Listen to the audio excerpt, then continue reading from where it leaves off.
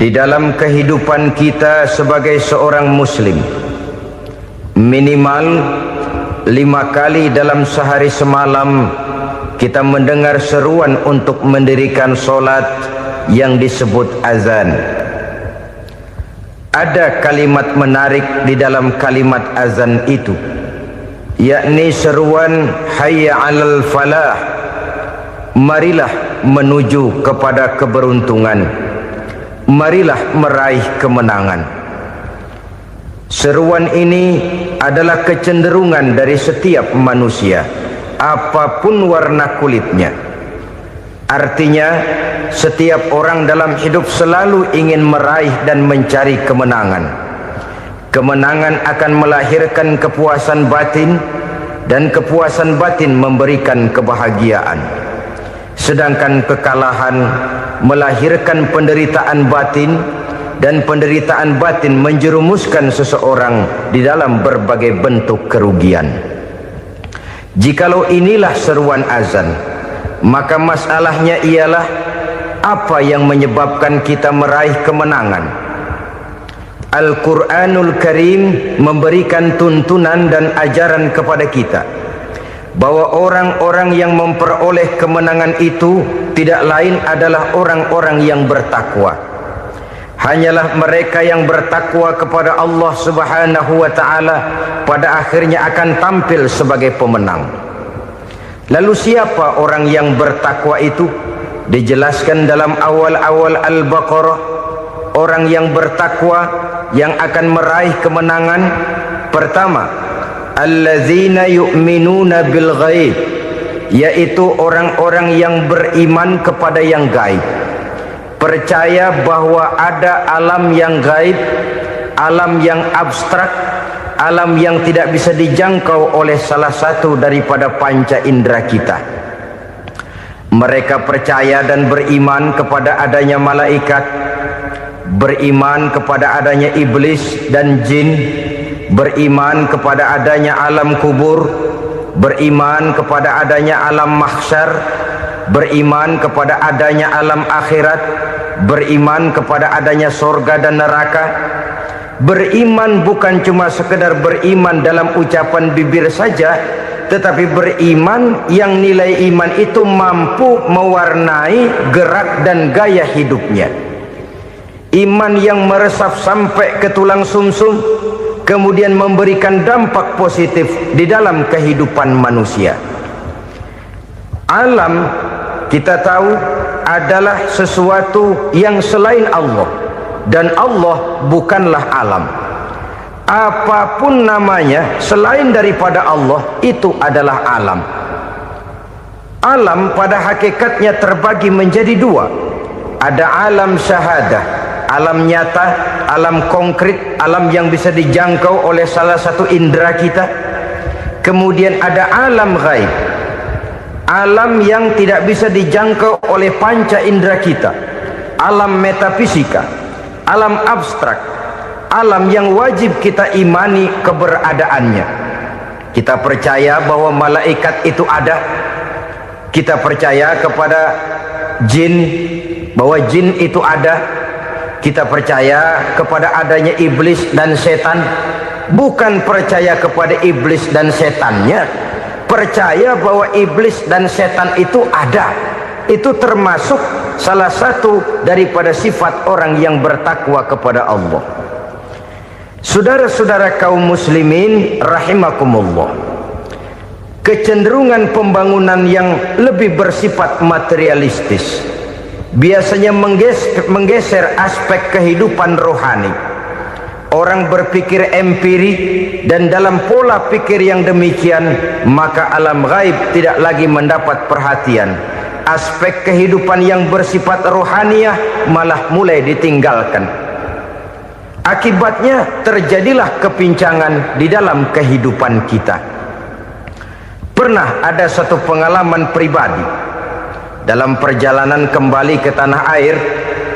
Dalam pesawat di sebelah kanan saya duduklah seorang Jerman, namanya Heiner Simonsen. Iseng saya ajak kenalan, saya ajak ngobrol, saya tanya dia. Saya bilang, Mas Henner ini. Kalau pesawat yang kita tumpangi ini jatuh ke bawah, kira-kira apa yang bakal terjadi, Mas? Dia bilang, kita semua akan mati. Begitu? Ya. Oke. Apa itu mati? Tanya saya. Dia bilang, untuk tahu apa itu mati, kita harus tahu lebih dahulu apa itu hidup. Saya pikir nih bule bisa ngomong juga. Baiklah kata saya. Apa hidup menurut Anda itu? Oh, hidup itu dia bilang, kalau seluruh anggota badan kita bekerja secara normal, paru-paru memompa darah secara normal, jantung berdetak secara normal, sel-sel tubuh bekerja secara fit, dan organisme tubuh hanya mau bekerja secara normal, dia bilang, kalau kita memberi makan yang cukup, menu yang teratur, dan gizi yang lengkap. Saya bilang, kesimpulannya apa, Ner? Dia jawab, hidup adalah dari tangan ke mulut. Life is from the hand to the mouth, kata dia. Hidup adalah dari tangan ke mulut. Jadi masalah hidup tidak lebih daripada masalah isi perut. Orang pergi pagi, pulang sore, peras keringat, banting tulang, perut yang dibelain. Saya bilang, you are wrong. Sampean salah, Ner. Kamu orang Islam bukan? Bukan. Pantas. Kenapa saya salah? Dia bilang, ya jelas salah. Salahnya di mana? Kamu ini manusia. Kalau hidup cuma dari tangan ke mulut, saya bilang, kambing di kampung saya juga begitu pikirannya, Ner. Itu kambing di kampung saya, asal perutnya kenyang, sudah hidup dia. Perkara besok bagaimana, lusa prospeknya macam mana, bulan depan ada apa, kambing nggak pernah mikir. Di kampung saya kambing juga pikirannya begitu. Kamu Kristen ya? Tadinya. Loh, kok tadinya, lalu apa sekarang kamu ini? Dia bilang, sekarang saya netral. Saya tidak beragama, tapi saya percaya kepada Tuhan sebagai pencipta alam. Saya ingat benar dia bilang, I haven't any religious, but I believe to God as the creator of the world. Kenapa bisa netral begitu, Ner? Habis saya bingung, katanya. Islam bilang Islam baik, Kristen bilang Kristen baik, Hindu Buddha bilang Hindu Buddha baik, semua agama baik. Saya netral sekalian, nggak beragama. Yang penting saya percaya kepada Tuhan. Saya bilang, Ner, kamu ini kayak orang mau beli celana, lalu bingung. Yang satu bilang Levi's bagus, yang satu bilang Blue Jean hebat, yang satu bilang Wool England hebat. Celana ini hebat, celana itu bagus, celana ini hebat, semua celana bagus, kamu bingung. Akhirnya netral, tidak pakai celana. Itu juga salah. Saya pikir-pikir, kemudian saya melihat bahwa dua pola berpikir Henner ini nampaknya sudah mulai menggejala di lingkungan masyarakat bangsa kita. Disadari atau tidak, secara jujur kita harus berkata, dua pola pemikiran Henner ini mulai berkembang di tengah masyarakat bangsa kita. Pertama, pola pikir materialisme. Hidup adalah dari tangan ke mulut.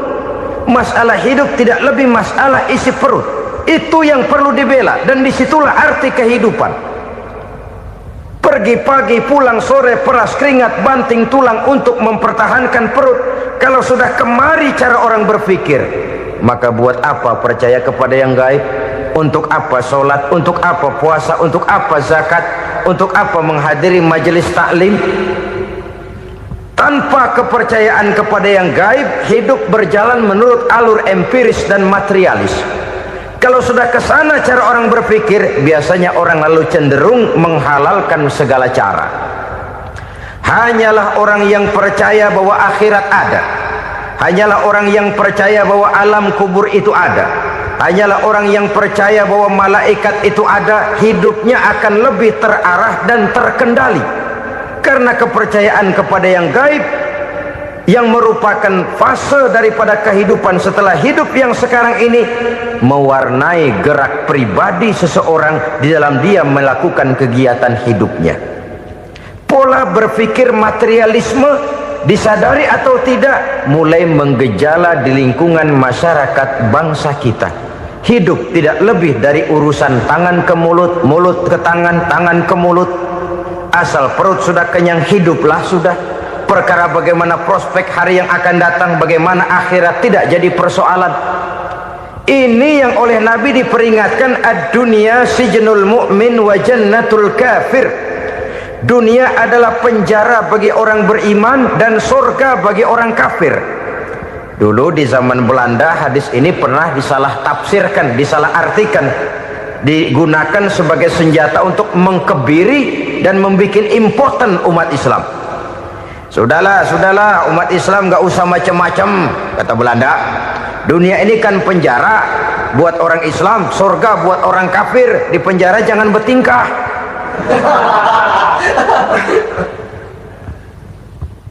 Pengertiannya tidak begitu. Dunia adalah penjara bagi orang mukmin. Artinya dalam kehidupan dunia seorang mukmin tidak bebas memperturutkan hawa nafsunya. Di penjara hawa nafsunya itu. Sebaliknya surga bagi orang-orang kafir. Buat orang kafir surgalah dunia ini. Mereka bebas memperturutkan hawa nafsunya, dilarang tidak terlarang, dicegah pun tidak tercegah. Mereka hidup menurut alur bisikan nafsu mereka sendiri. Kemudian bila ajal datang, maut merenggut nyawa, selesailah surganya sampai di situ. Maka bagi orang-orang yang tidak percaya kepada adanya akhirat, kepada adanya alam gaib, surganya sebatas umurnya. Sekali lagi, surganya sebatas umurnya. Bila umur selesai, ajal pun datang merenggut nyawa, selesailah sudah surganya sampai di situ. Alangkah pendeknya perjalanan orang-orang yang tidak percaya kepada alam gaib ini. Bagi kita mukmin, jikalau kita mampu memenjarakan hawa nafsu, kita bisa bahagia di dunia ini. Dan Islam memang tidak menyuruh kita sengsara di dunia. Raih dunia, kejar dunia, gapai dunia sebagai alat untuk mencapai kebahagiaan di akhirat nanti. Hidup adalah satu perjalanan panjang yang terbentang sejak kita terlahir dari alam rahim sampai kepada alam akhirat nanti. Andai kata kita gagal meraih kebahagiaan di dunia, toh kita masih punya akhirat. Tapi jangan jadi dalil yang melemahkan semangat. Biarin dah kita di dunia kebelangsak, yang penting akhirat. Akhirnya dunia benar-benar kebelangsak. Bagaimana dunia ini bisa kita raih, dan bagaimana meraih dunia untuk menunjang kepentingan akhirat nanti. Yang kedua, dari pikiran Heiner yang saya lihat menggejala di lingkungan masyarakat bangsa kita, timbulnya manusia-manusia netral. Seolah-olah Tuhan yes, agama no. Sama Tuhan percaya, agama ogah. Tuhan ngangguk, giliran agama godeng. Padahal hampir dalam setiap ayat dalam Quran, kata-kata amanu biasanya bergandeng dengan wa amilus sholihat. Iman dan amal soleh. Ini sebagai isyarat Tuhan dan agama jangan pernah dipisah-pisah. Apabila kita bertuhan, maka kita harus beragama. Apabila kita beragama, maka agama itu harus bersumberkan dari Tuhan yang kita imani itu. Tidak mungkin kita pisah, Tuhan yes, agama no. Sama Tuhan percaya tapi agama bikin sendiri. Sembayangnya cukup bengong 2 jam madep ngulon.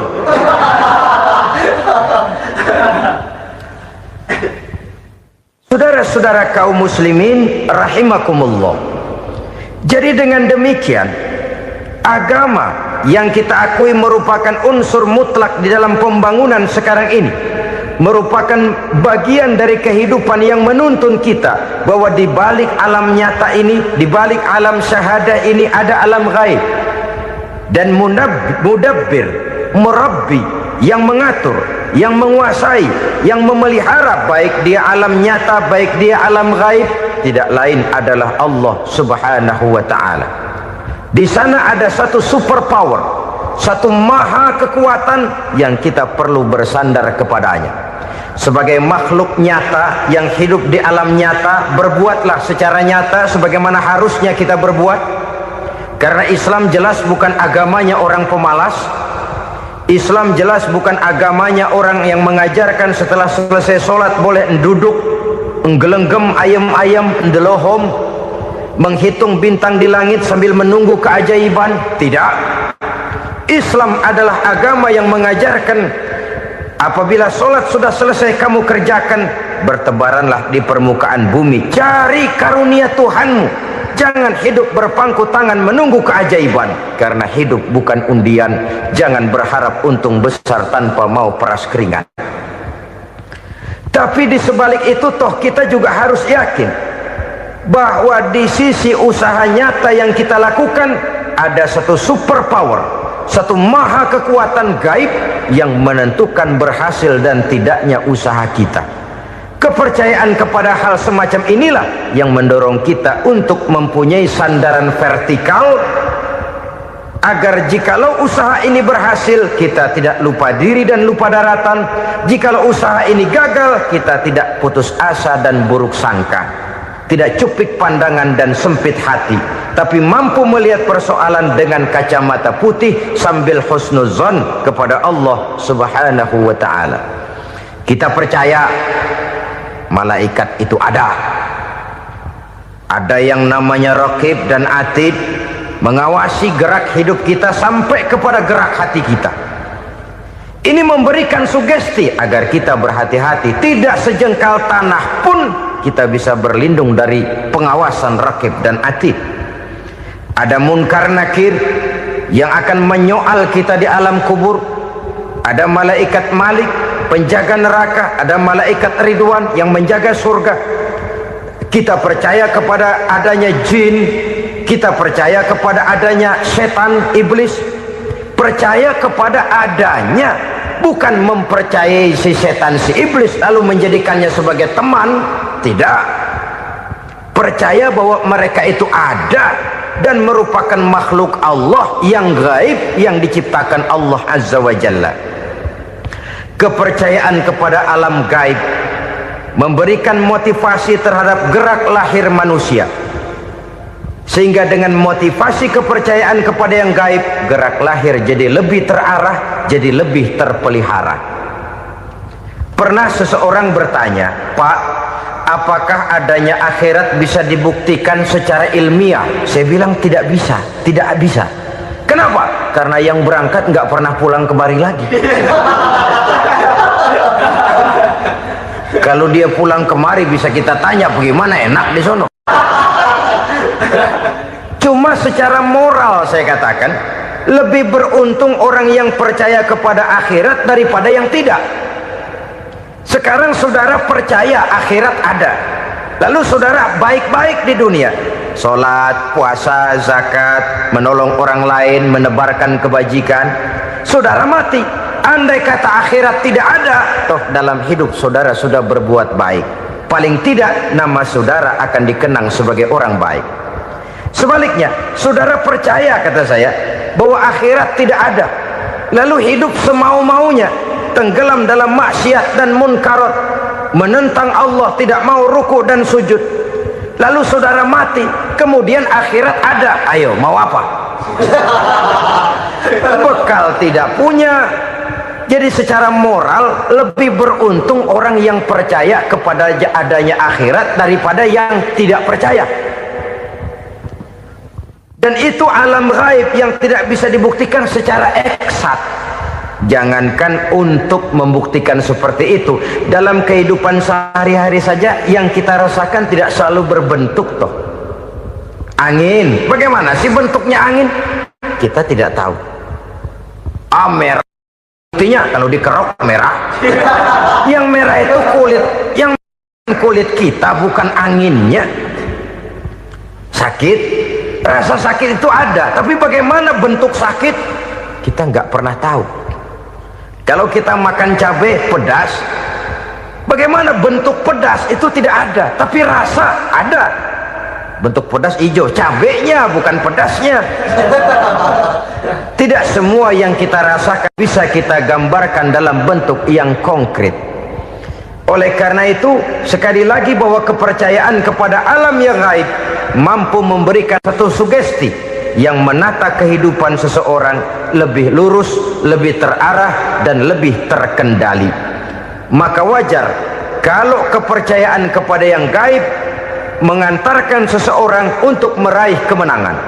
Kenapa? Dia percaya kepada yang gaib, bahwa akhirat ada, bahwa alam kubur ada, bahwa pertanggungan jawab itu ada. Maka dia lalu tidak hidup saenae udele dewe, itu loh. Tidak hidup menurut seleranya sendiri, terarah, teratur. Ini cirinya yang pertama. Orang bertakwa yang akan meraih kemenangan, mereka beriman, mereka percaya kepada yang gaib. Bahkan hal-hal konkret saja selalu berangkat dari yang gaib. Saudara-saudara, para remaja, para pemuda sekarang ini tidak pernah tahu toh siapa yang akan jadi teman hidup saudara. Kita bisa saja ngerancang, mentargetkan, tapi toh akhirnya yang namanya jodoh bukan kekuasaan kita. Rezeki di luar kemampuan kita. Begitu juga ajal, maut, jodoh, ajal adalah contoh-contoh konkret bahwa pada akhirnya yang gaiblah yang menentukan. Bertahun-tahun ngelancong, emang jodoh seret, nggak jadi.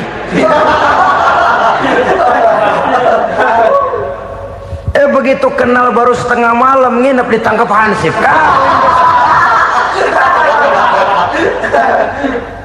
Hal-hal semacam itu kadang-kadang kita berpikir suuzon, gilet, perempuannya cakep banget, lakinya rebek amat.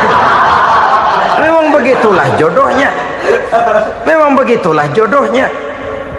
Saudara hadirin ma'asyiral muslimin yang saya hormati, jadi hal-hal yang konkret saja kita yakini sepenuhnya ditentukan oleh satu superpower yang gaib itu tadi. Dari sanalah segala ketentuan itu berangkat dan kesanalah segalanya akan kembali. Maka kepercayaan kepada yang gaib meluruskan gerak hidup seseorang dan itu akan mengantarkan dia kepada meraih kemenangan. Satu. Yang kedua, wa yuqimuna shalah.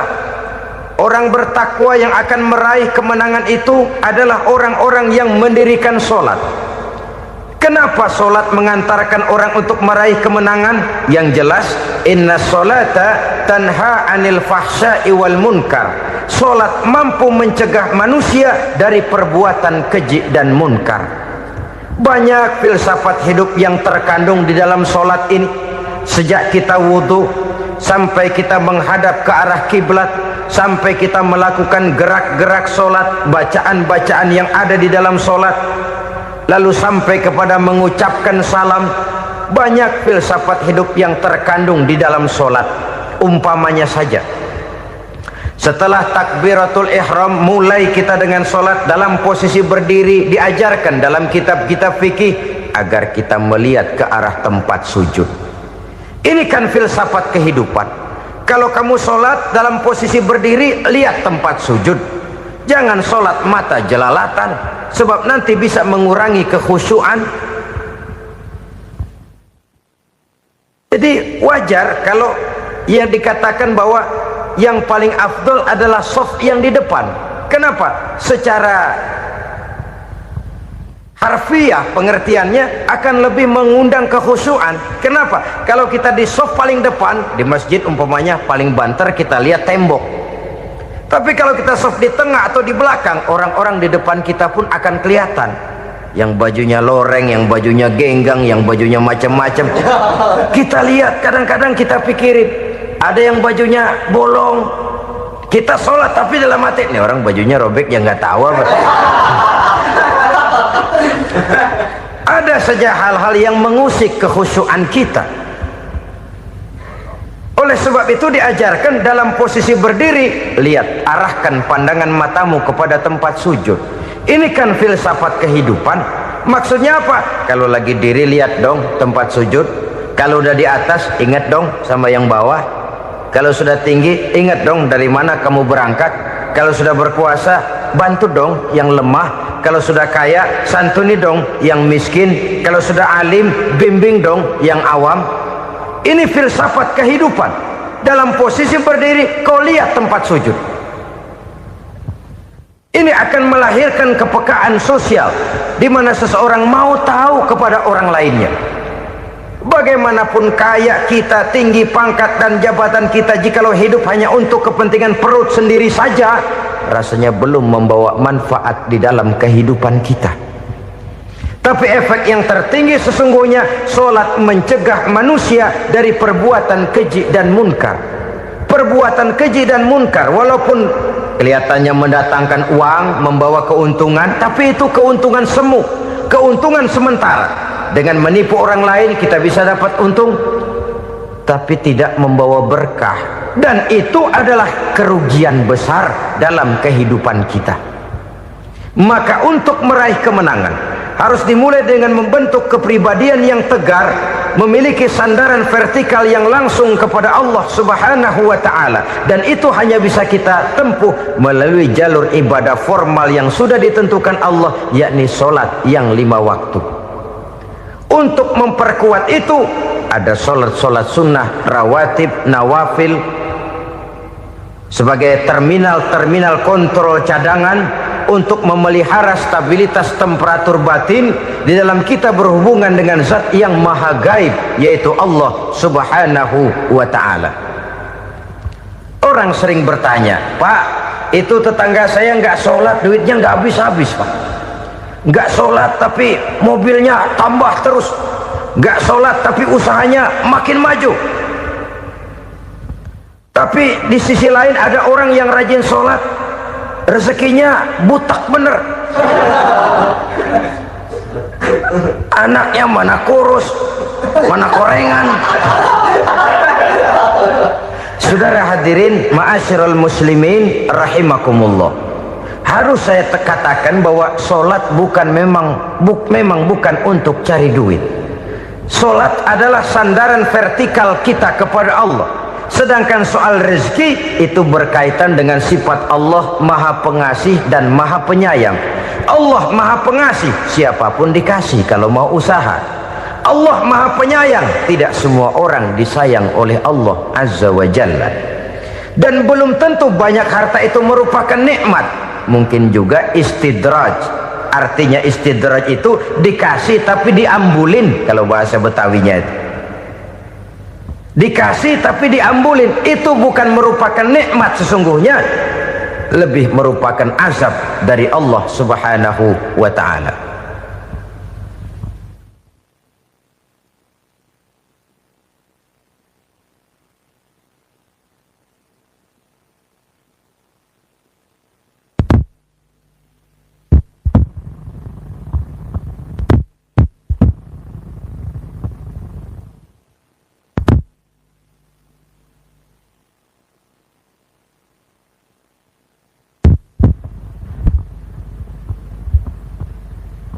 Agama mempunyai sistem solat, dan kita umat Islam telah dituntun oleh Allah Subhanahu wa ta'ala yang wajibnya 5 kali dalam sehari semalam mendirikan solat, dan itu tentu berada dalam jangkauan kemampuan manusia. Pada awalnya barangkali kita memang merasa solat itu satu kewajiban, tapi semakin kita hayati makna, manfaat dan filsafat yang terkandung di dalam ajaran solat, semakin sampai kita kepada keyakinan bahwa solat adalah keperluan kita. Sehingga pada waktu tertentu dinilai puncaknya, kita tidak lagi akan berkata saya wajib solat, tapi kita akan berkata saya perlu solat. Kalau kita sudah merasakan itu adalah keperluan kita, nah di sanalah kita baru akan merasakan ruginya kalau hal itu tidak kita laksanakan. Sepanjang kita masih berkata saya wajib sholat, kita akan lebih merasakan dia sebagai beban ketimbang sebagai keperluan. Yang jelas Allah tidak memerlukan ibadah yang kita laksanakan ini. Dengan kata lain, Andai kata satu dunia penuh ini orang tidak ada yang sholat satu pun, Allah tidak akan turun dari jabatan Tuhan. Jangan lalu berpikir kalau kita ngambek se-RW kagak sembahyang Tuhan tekor kali ini ya. Tentu tidak. Itu perlunya kita, bukan perlunya Allah. Dan pada induknya kita akan berkata, saya perlu agama. Kalau secara induk kita sudah memerlukan agama, maka konsep-konsep yang ada di dalam ajaran agama itu pun adalah juga merupakan keperluan kita. Baik dia bernama sholat, baik dia bernama puasa, baik dia bernama zakat, baik dia bernama haji, seluruhnya adalah keperluan kita. Dan sesuatu yang kita perlukan apabila tidak kita laksanakan akan melahirkan kerugian di dalam kehidupan. Jangan heran kalau kita membaca riwayat perjalanan hidup para salafus soleh, orang-orang soleh. Ada yang tahajud sampai 100 rakaat, ada yang sholat malam kakinya sampai bengkak. Kita sekalinya bengkak biri-biri. Ada yang sholat membaca surah dalam Al-Quran sampai khotam Quran. Kok mau? Mereka sudah merasakan itu keperluan. Itu saja soalnya. Satu saat pun jikalau kita merasa bahwa itu keperluan saya, kita pun akan melaksanakan seperti itu. Keperluan saya dalam kehidupan. Inilah yang kedua. Yang ketiga, orang bertakwa yang akan meraih kemenangan itu, wa mimma razaqnahum yunfikun. Mereka membelanjakan sebagian daripada rezeki yang diberikan Allah kepada mereka. Mereka infakkan di jalan Allah. Ada satu dialog menarik. Satu hari seorang anak muda bertemu dengan seorang kakek-kakek yang sudah dikenalnya baik. Bertanyalah anak muda ini, "Kek, umur kakek berapa tahun?" 15 tahun, kata si kakek. "Anak kakek berapa orang?" 1. "Harta kakek berapa banyak?" 15 juta. Si anak muda ini bengong, lalu protes, "Kok kakek bohongin saya?" "Kenapa?" "Saya tahu umur kakek 70 tahun. Kenapa ngaku 15? Saya tahu anak kakek 5. Kenapa bilang 1? Saya tahu kakek miliuner, miliaran uang kakek. Kenapa ngaku cuma 15 juta? Begini, kata si kakek tadi. Benar, umur saya 70 tahun. Tapi dari umur yang 70 tahun itu baru 15 tahun terakhir ini saya merasakan ibadah kepada Allah. Meninggalkan maksiat, jauh dari segala macam munkarat. Maka yang 15 tahun inilah yang benar-benar saya rasakan sebagai umur saya. Benar anak saya 5, tapi yang 4 susah diatur. Cuman 1 rasanya nih yang bakal jadi si buah hati belahan jantung berlanjut cerita penerus sejarah. Cuma 1 ini yang saya harapkan, yang akan jadi anak soleh, yang akan membuat saya menerima pensiunan pahala. Kalau yang 4 apek dah, nggak ada harapan. Yang 1 nyekek botol mulu. Oh begitu, iya. Lalu kenapa kakek bilang harta kakek cuma 15 juta padahal saya tahu kakek uangnya miliaran, depositonya banyak? Ya karena 15 juta itulah yang saya ingat yang pernah saya belanjakan di jalan Allah. Saya merasa itulah harta saya yang sebenarnya. Yang miliaran yang saya simpan di bank kelak kalau satu saat saya mati akan jadi rebutan di antara anak-anak saya. Iya kalau anak saya soleh kayak yang 1 ini. Kalau yang 4 tadi udah tulen dia bakal berantem dah berebut tuh. Jadi 15 juta yang saya belanjakan di jalan Allah inilah yang saya merasakan benar-benar harta saya yang sesungguhnya. Dialog ini patut menjadi bahan renungan kita bersama. Diberikan kita umur 40, 50, 60, 70, 80. Berapa tahun dari umur yang diberikan itu yang jalan mulus, yang kita gunakan untuk melaksanakan ibadah? Banyak harta kita simpan di bank, di lemari, di dompet, di tas. Tapi berapa yang sudah kita depositokan di jalan Allah yang akan menemani kita di hari kita kembali nanti? Maka orang bertakwa yang akan meraih kemenangan, wa mimma razaqnahum yunfikun, mereka membelanjakan sebagian dari rezeki yang diberikan Allah di jalan Allah subhanahu wa ta'ala. Ma'asyiral muslimin rahimakumullah, zahirnya memang kita memberikan kepada orang lain, tapi hakikatnya kita menyimpan untuk diri kita sendiri. Kita memberikan kepada yatim piatu 25.000, zahirnya kita memberikan si yatim, hakikatnya kan kita cuma nyimpan. Saya berikan, titip kepadamu, ini untuk saya di akhirat. Kau boleh belikan baju, kau boleh belikan untukmu makan, kau boleh bayarkan sekolahmu, ini untuk saya. Hakikatnya kita nyumbang masjid 1 juta, zahirnya kita berikan kepada panitia masjid, tapi hakikatnya kan cuma titip 1 juta ya untuk saya di alam kubur nanti. Silahkan kau boleh belikan semen, ini uang, belikan besi, belikan pasir, saya cuma sekedar titip untuk kepentingan saya. Hakikatnya kita cuma sekedar menitip. Sebagaimanapun pada hakikatnya, apapun yang kita miliki dalam kehidupan kan cuma sekedar hak guna pakai, bukan hak milik mutlak.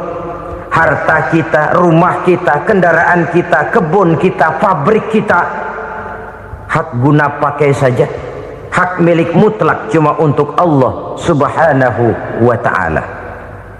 Saudara-saudara kaum muslimin rahimakumullah, ini yang ketiga. Kemudian yang keempat, orang-orang bertakwa yang akan meraih kemenangan, allazina yu'minuna bima unzila ilaika, mereka yang beriman, mereka yang percaya kepada apa yang telah diturunkan kepadamu Muhammad, ay Al-Quran, yakni Al-Quranul Karim. Setelah percaya kepada yang gaib, mendirikan solat, kemudian menginfakkan sebagian dari rezeki yang diberikan Allah, mereka juga lalu percaya kepada yang diturunkan terhadap Nabi, yaitu tidak lain Al-Quranul Karim. Sekali lagi di sini, percaya bukan hanya sekedar percaya saja, tetapi percaya lalu menjadikan Al-Quran itu sebagai pedoman hidup. Sebab memang Al-Quran itu adalah GBHM, garis-garis besar haluan muslim. Apa yang harus kita lakukan, apa yang harus tidak kita lakukan, bagaimana mestinya kita bertingkah laku dan berbuat, seluruhnya tercantum di dalam Al-Quranul Karim. Itu sebabnya ketika satu hari Aisyah ditanya bagaimana akhlak Rasul, beliau menjawab, kana Rasulullah sallallahu alaihi wasallam khuluquhul Quran. Akhlak daripada Rasulullah tidak lain adalah Al-Quran. Jawaban simpel ini memberikan gambaran bahwa keseluruhan daripada konsepsi Quran sudah diterjemahkan dalam kehidupan Rasulullah sallallahu alaihi wasallam. Karena kita tahu akhlak adalah keseluruhan dari gerak hidup manusia, sejak ia berpribadi, berumah tangga, bertetangga, bermasyarakat, sampai kepada berbangsa dan bernegara. Al-Quran tetap memberikan sentuhan nilainya. Oleh karenanya, orang-orang yang bertakwa adalah orang-orang yang menjadikan Al-Quran sebagai pedoman dalam kehidupannya. Dan kita yakini Al-Quran diturunkan kepada Nabi Muhammad bukan merupakan produk Nabi Muhammad. Isi dan redaksinya langsung dari Allah subhanahu wa ta'ala. Kemudian cirinya yang kelima, orang bertakwa yang akan meraih kemenangan itu, wa ma unzila min qablika, tidak hanya sekedar percaya kepada yang diturunkan terhadap Nabi Muhammad yaitu Al-Quran, mereka juga percaya kepada apa yang pernah diturunkan kepada para nabi, kepada para rasul sebelum Nabi Muhammad. Percaya kepada adanya suhuf, percaya kepada adanya Taurat, percaya kepada adanya Injil, percaya bahwa Allah dahulunya sudah menurunkan Taurat kepada Musa, percaya bahwa Allah sudah menurunkan Injil kepada Isa, percaya Injil ada, Taurat ada, diturunkan Allah untuk Isa dan Musa, tetapi tidak wajib mengamalkannya karena kita sudah diberikan Al-Quranul Karim. Ini yang perlu saya garis bawahi. Kita percaya Allah telah menurunkan Injil dahulu kepada Isa. Kita percaya bahwa Allah telah menurunkan Taurat dahulunya kepada Nabi Musa. Kadang-kadang ini dijadikan dalih, dikacaukan pengertiannya. Quran saja mengajarkan bahwa orang yang bertakwa harus percaya kepada Injil, maka pakailah Injil. Apalagi kalau ayat sebelumnya ditilap, dihapus, dihilangkan, Injilnya yang ditekankan, maka akan terjadilah penekanan yang salah arah. Karena salah arah akhirnya bisa merusak dan menghancurkan akidah. Ketika Rasul suatu saat pernah ditanya orang, "Ya Rasul, bagaimana sikap kita sebagai muslim terhadap Injil yang ada sekarang?" Beliau menjawab, "La tukadzibuhu jami'an wa la tusaddiquhu jami'an." Jangan didustakan seluruhnya, jangan juga dibenarkan semuanya. Artinya, ini sudah merupakan gambaran dari Rasul bahwa dalam Injil yang ada sekarang masih ada ajaran-ajaran tauhid yang dibawa oleh Nabi Isa dan diajarkan kepada umatnya.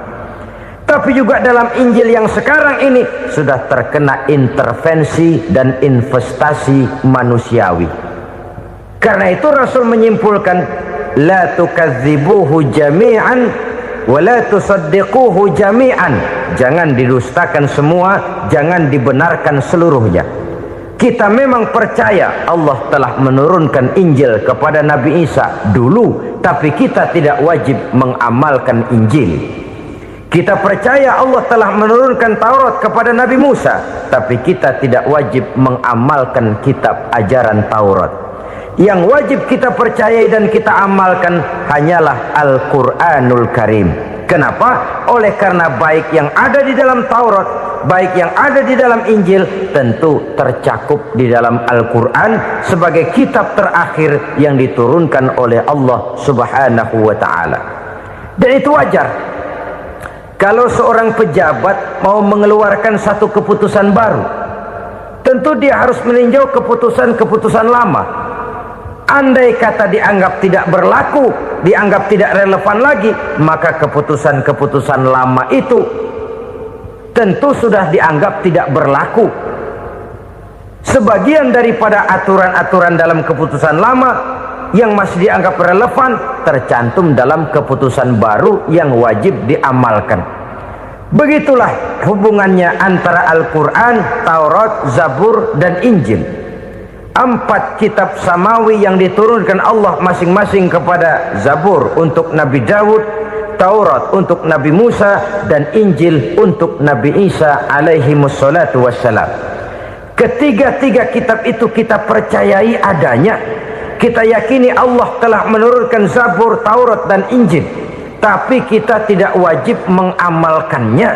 Yang wajib kita mengamalkannya sekarang ini tidak lain hanyalah Al-Quranul Karim saja, karena ia mencakup apa yang ada di dalam Zabur, apa yang ada di dalam Taurat, dan apa yang ada di dalam Injil. Keotentikannya bisa dipertanggungjawabkan. Ya, tapi kan Nabi Muhammad sudah mati 14 abad yang lalu, dan di zaman beliau Al-Quran kan belum dikodifikasikan, belum ditulis. Bagaimana keotentikannya bisa dipertanggungjawabkan? Mudah saja. Allah berjanji, inna nahnu nazzalna dzikra wa inna lahu lahafizun. Kami yang menurunkan Al-Quran dan kami yang akan menjaga dan memeliharanya. Allah turunkan Quran, Allah menjaganya. Bagaimana cara Allah menjaga Al-Quran itu? Banyaknya orang-orang yang hafaz Al-Quran. Hafaz Al-Quran 30 juz, 114 surah, 6.666 ayat. Sehingga jangankan satu kata, jangankan satu ayat, satu kalimat saja berubah sudah akan timbul reaksi dan mudah dimengerti. Kenapa? banyak orang-orang yang hafaz Al-Quran. Sedangkan pada setiap akhir tahun biasanya malaikat Jibril selalu mengadakan checking terhadap ayat-ayat yang diturunkan pada waktu itu. Di zaman Nabi sendiri sudah ada usaha kodifikasi. Dan yang lebih luar biasa lagi, sampai hari ini tidak seorang pun mampu membuat satu ayat saja semacam Al-Quran. Ke bahasa manapun dia diterjemahkan, naskah aslinya tetap ikut, rujukan dasarnya tetap ada. Berdasarkan itu maka tidak mungkin terjadi penyelewengan terhadap atau pemalsuan terhadap ayat-ayat Al-Quranul Karim. Kesuciannya, keotentikannya, kemurniannya bisa dipertanggungjawabkan. Ma'asyiral muslimin rahimakumullah. Oleh karenanya, konsepsi dasar daripada ajaran Islam ini memang tidak lain adalah Al-Quran dan Sunnah. Isi daripada agama Islam yang merupakan iman, Islam dan ihsan, konsepsi dasarnya tidak lain adalah Al-Quran dan Sunnah Rasulullah Sallallahu Alaihi Wasallam. Maka yang kita perlukan sekarang ini adalah terjemahan Al-Quran di dalam kehidupan kita.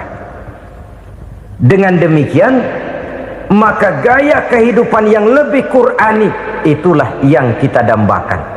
Kita perlu memang terjemahan Quran dalam bahasa Inggris, dalam bahasa Belanda, dalam bahasa Jepang, tapi yang lebih kita perlukan adalah terjemahan Quran di dalam kehidupan kita. Konsekuen, tidak memanipulasi, ringan sama kita jinjing, berat sama kita pikul. Jangan kalau lempengan ayat Quran tuh kira-kira enak diamalin, keras teriakan kita. Giliran kira-kira ayat Quran itu mukul kepala kita sendiri, diam kita. Itu ciri yang pernah disindir Allah dalam awal-awal Baqarah juga. Ciri beragamanya orang yang munafik. Kullama adha'a lahum masyawfih, kata Allah, wa iza azlama alaihim qamu. Apabila terang mereka jalan, apabila gelap mereka berhenti. Artinya kalau kira-kira di Islam nguntungin, rame-rame pada teriak Islam. Tapi ketika diminta untuk berjuang, ketika dituntut untuk berkorban, rame-rame mengundurkan diri. Nasib agama tidak ubahnya seperti daun pisang yang dikait orang di tepi jalan lantaran tak berpayung di ketika hari hujan. Manakala hujan usailah sudah, daun itu pun dicampakkan di tepi jalan, diinjak pula orang nan lalu. Artinya orang menjadikan agama cuma sebagai lipstick, decoration only, tidak konsekuen. Hanya pada saat-saat kelihatannya Islam membawa keuntungan, rame-rame orang teriak-teriak tentang Islam. Tapi jikalau diminta berjuang, jikalau dituntut untuk berkorban, biasanya rame-rame juga mengundurkan diri. Jangan heran kalau mayoritas hitungan kita, tapi minoritas peranan kita. Kuantitas kita dalam jumlah, tapi dalam kualitas kita lebih sering jadi penonton daripada jadi pemain. Padahal itu sangat tidak boleh terjadi. Umat Islam di Indonesia harus bangkit. Umat Islam di Indonesia harus sadar akan keberadaannya. Tidak boleh hanya jadi penonton berpangku tangan, karena memang agama kita juga mengajarkan untuk konsekuen di dalam menjabarkan ajaran-ajaran daripada agama kita. Kita sering menjadi jatuh menjadi umat yang lemah oleh karena kita ini tidak pandai menggalang kebersamaan yang diakibatkan tidak konsekuennya kita. Diistilahkan bahwa umat Islam di dalam menggalang kebersamaannya itu harus seperti orang main sepak bola. Saudara-saudara kan tahu orang main sepak bola itu. Orang main sepak bola, kalau pertandingan belum dimulai sih silakan saja kumpul di luar lapangan, atur strategi yang baik. Tapi kalau pertandingan sudah dimulai, turun ke lapangan hijau, jangan kumpul terus. Ada sepak bola gotong royong, mundur-mundur rame-rame, depan ke depan kumpul melulu mainnya. Kalah.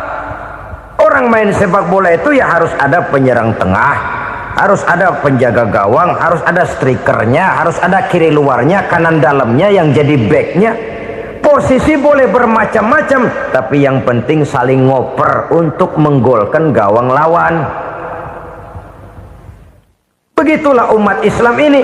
Boleh ada yang jadi pejabat, boleh ada yang jadi pengusaha, boleh ada yang jadi petani, silakan ada yang jadi seniman, ada yang jadi penyair, ada yang jadi artis sekalipun.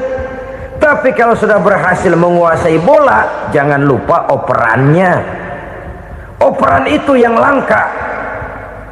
Kita ini muslim kadang-kadang kalau sudah memegang menguasai bola, kalau belum mau mampus, belum mau ngoper. Nanti kalau sudah nggak punya bola, baru mau ngoper. Kalau sudah dengar-dengar mau dekat pensiun, baru mau jihad, baru mau berjuang, baru mau ngurus pesantren. Tanda tangan sudah tidak laku, memo sudah tidak dihargai, baru mau berjuang. Kemarin kemana, Mas? Kita tidak pandai memanfaatkan posisi. Dengan kata lain, kalau kembali kepada persoalan kita, konsekuensi kita terhadap agama yang kita anut ini belum ideal. Kita masih lebih sering berislam ini pada saat-saat yang menurut perhitungan kita membawa keuntungan. Tapi kalau diminta berjuang, dituntut berkorban, yang itu pun hakikatnya adalah untuk kepentingan kita juga. Allah tidak pernah menuntut kita untuk jihad bagi kepentingan Allah, itu tidak. Berjuang menegakkan agama Allah, apakah untuk kepentingan Allah? Tidak. Untuk kepentingan kita. Sebab nilai-nilai jihad itu pada akhirnya akan membawa kita kepada suatu kebahagiaan. Setidaknya kalau tidak di dunia, tentu di akhirat sebagai syahid. Oleh karena itu, pada bagian akhir ini saya ingin mengajak, marilah kita konsekuen. Sekali kita berkitabkan Al-Quranul Karim, mari dia kita jadikan pedoman. Jangan cuma kita jadikan sebagai penghias dinding, pelengkap rumah, bahwa di rumah kita ada Al-Quran, tapi yang baca kecoa. Habis pada bolong tuh Quran. Yang penting kan punya Quran. Ditaruh di pintu rumah, biar apa? Biar kuntilanak kagak masuk katanya. Ya apa itu nasib Quran, cuma kerjanya jaga pintu, ngusir kuntilanak, ngusir memedi. Bagaimana kita hidup menurut tuntunan Al-Quran? Kadang-kadang tidak pernah menjadi masalah bagi kita. Maka bagaimanakah Al-Quran akan mungkin membawa keberkahan dalam hidup kalau ajarannya kita injak-injak dalam keseharian kita? Mewujudkan gaya hidup yang lebih Qurani, itulah yang akan kita rintis di dalam kehidupan kita, bertahap, step by step, menurut kemampuan yang ada pada kita. Jika jalan ini tidak bisa kita selesaikan, percayalah akan ada generasi penerus yang akan melanjutkan usaha dan cita-cita mulia itu. Jadi percaya kepada Taurat, percaya kepada Injil, sekedar percaya Allah dahulunya sudah menurunkan itu, tapi kita tidak wajib mengamalkannya. Kenapa? Generasi Injil masa berlakunya sudah kedaluwarsa. Taurat masa berlakunya sudah kedaluwarsa. Injil pernah berlaku untuk orang Nasrani di zaman Nabi Isa. Taurat pernah berlaku untuk orang Yahudi di zaman Nabi Musa. Setelah generasinya berlalu, datang Rasul penutup yang membawa Al-Quranul Karim, maka Al-Quran itulah yang berlaku menjadi pedoman sampai hari akhir nanti. Jangan jauh dari Al-Quran, karena apabila ini kita lakukan, maka kita akan kembali kepada satu gaya hidup yang jauh dari tuntunan agama, dan itu artinya kita akan semakin jauh untuk meraih kemenangan. Saudara-saudara kaum muslimin rahimakumullah, yang keenam, yang terakhir, orang-orang bertakwa yang akan meraih kemenangan itu wabil akhirati hum yuqinun. Mereka percaya, mereka yakin seyakin-yakinnya akan adanya hari akhir, di mana seseorang akan mempertanggungjawabkan seluruh perbuatannya di dalam hidup ini, dan tidak ada satu perbuatan yang bagaimana kecilnya sekalipun yang tersembunyi dalam pandangan manusia yang tidak akan dibukakan persoalannya di mahkamah Qadi Rabbul Jalil di akhirat nanti. Itulah sebabnya maka percaya kepada akhirat disebut secara khusus Padahal di awal tadi sudah dijelaskan yu'minuna bil ghaib, percaya kepada alam gaib, dan alam gaib ini termasuk akhirat. Kenapa pada bagian akhir disebut lagi akhirat? Karena ternyata bahwa kepercayaan kepada adanya akhirat merupakan induk dari kepercayaan terhadap adanya malaikat, setan, jin dan lain sebagainya, dan akan lebih memberikan sugesti dalam kehidupan manusia untuk meluruskan gerak hidupnya. Jikalau satu saat tergerak hati akan berbuat kejahatan, ingin mencuri, sadarlah, awas ada akhirat. Sebab kalau kita cuma teriak awas ada polisi, itu cuma tertunda sementara. Begitu polisi meleng, embat. Kalau kita ingin berbuat jahat cuma berteriak awas ada hansip, cuma sementara ketika hansip itu ada. Tapi kalau ceritanya awas ada akhirat, mau menyeleweng awas ada akhirat, mau berjudi awas ada akhirat, mau mencuri awas ada akhirat. Keyakinan yang akan meluruskan gerak hidup manusia sehingga gerak itu jadi lebih terarah dan terkontrol, tidak merugikan baik diri sendiri, lebih-lebih orang lain.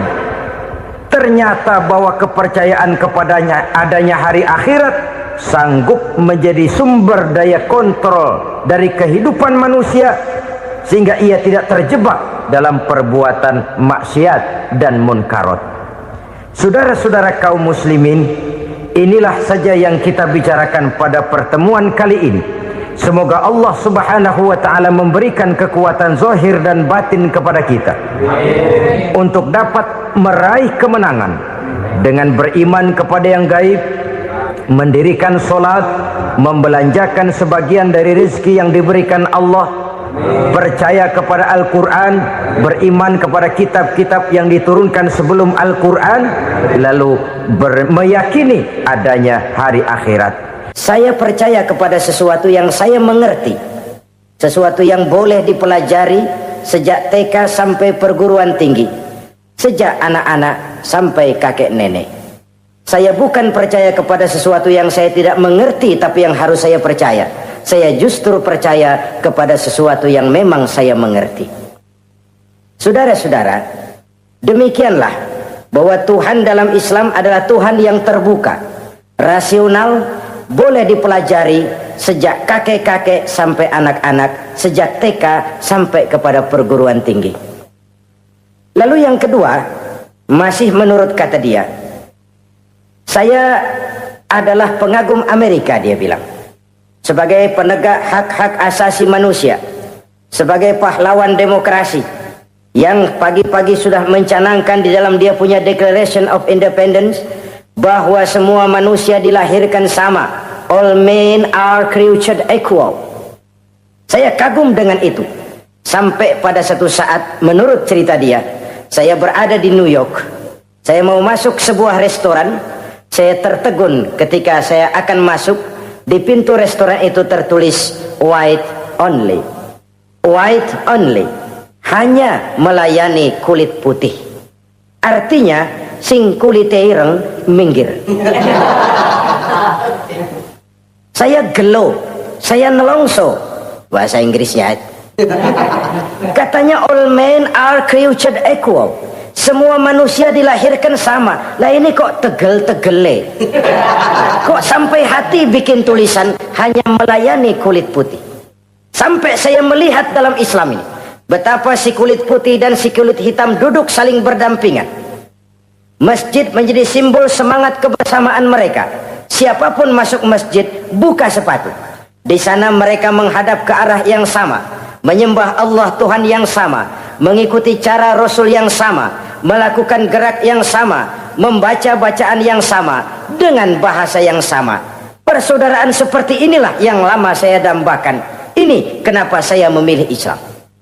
Saudara-saudara kaum muslimin, saya ingin menggunakan cerita ini sebagai pengantar bahwa salah satu misi Islam memang membebaskan manusia dari ras diskriminasi.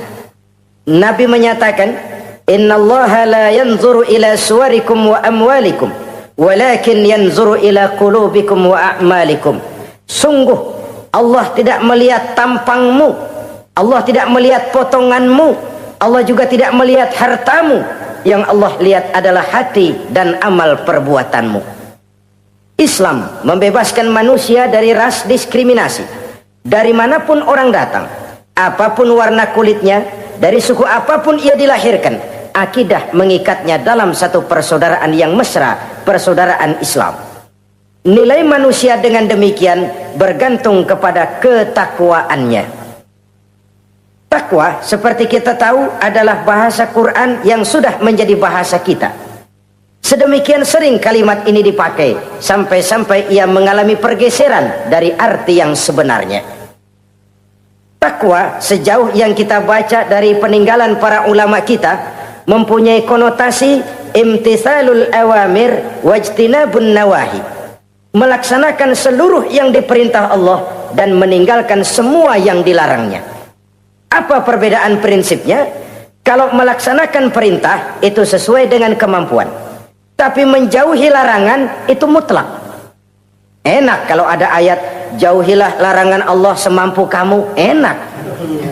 Yang semampu kita itu melaksanakan perintah, tapi kalau sudah meninggalkan larangan mutlak, jauhi, tinggalkan. Disitulah nilai ketakwaan seseorang. Ini kan enggak, karena takwa digunakan oleh semua orang, akhirnya artinya bergeser. Semua ngomong takwa.